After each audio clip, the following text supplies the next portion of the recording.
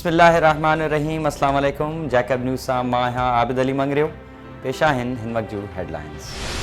जैकबाबाद में नालियुनि जो गंदो पानी गैस पाइपलाइन में भरिजी वियो। गैस बजाए चुल्हनि मां धप वारो पानी निकिरण लॻो। जैकबाबाद जी सैयद महताब शाह घिटी में गैस पाइपलाइन में नालियुनि जो गंदो पानी भरिजी वञण सबबि गैस बजाए लाइन में पानी अचण लॻो। इलाइक़े वासियुनि पारां मुसलसल शिकायत बावजूद गैस अमलदार न पहुता, जंहिं बाद इलाइक़े वासी पंहिंजी मदद पाण तहत पाइपलाइन जी खोटराई करे लीकेज बंदि करण में मसरूफ़ रहिया। पाड़ेसरियुनि जो चवणु हो त हिकु हफ़्ते खां शिकायत करे रहिया आहियूं, पर मसलो हल नथो कयो वञे। गैस बजाए धप वारो पानी घरनि में अचे थो, रद पचाव वारी हंधि बीहण जहिड़ा बि न आहियूं।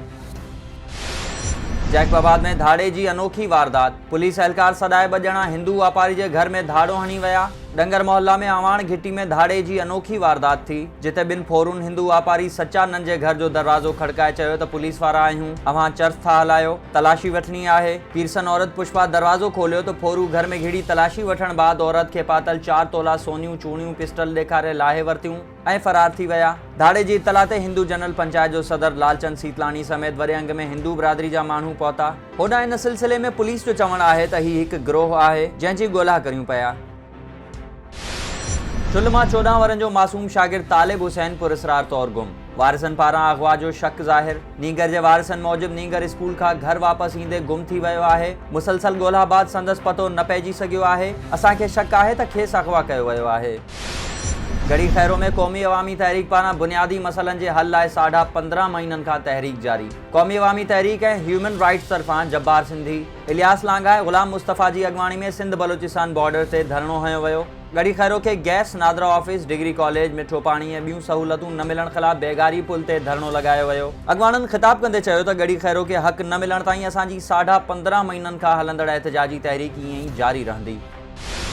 कंदकोट में हिंदू नौजवान औताक में फाहो खाई ज़िंदगी जो अंत आणे छॾियो। नौजवान सुदामचंद मेघवाड़ जी मौत ते संदसि घर में कोहराम मची वियो। इन सिलसिले में संदसि वारिस अर्जुन दास चयो त सुदामचंद मामूल मौजिब मथे योगा करण वियो ऐं देर ताईं न अचण ते वियासीं त हुनखे फाहो खाधल ॾिठोसीं। असांखे ख़बर नाहे त हुन ईअं छो कयो।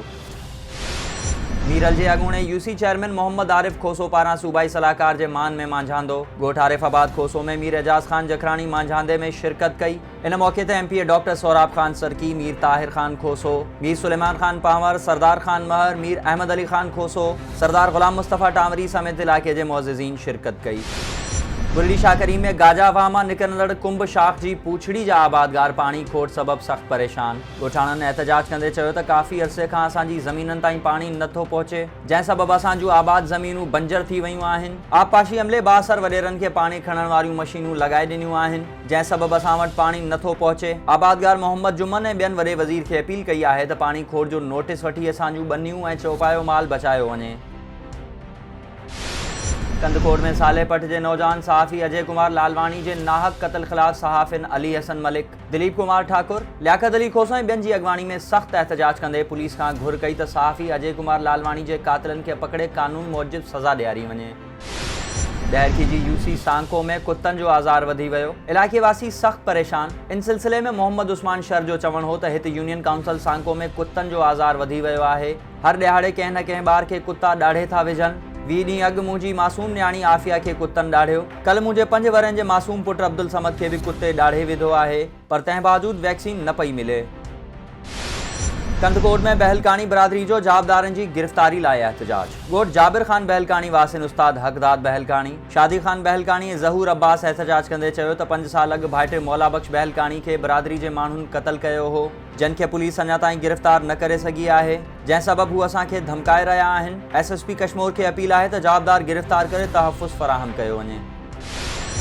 ये हुयूं हिन वक़्त ताईं जूं हेडलाइंस। वधीक ख़बरुनि ऐं अपडेट्स लाइ विज़िट कयो असांजी वेबसाइट www.jacobnewshd.com ऐं फेसबुक ते फॉलो कयो।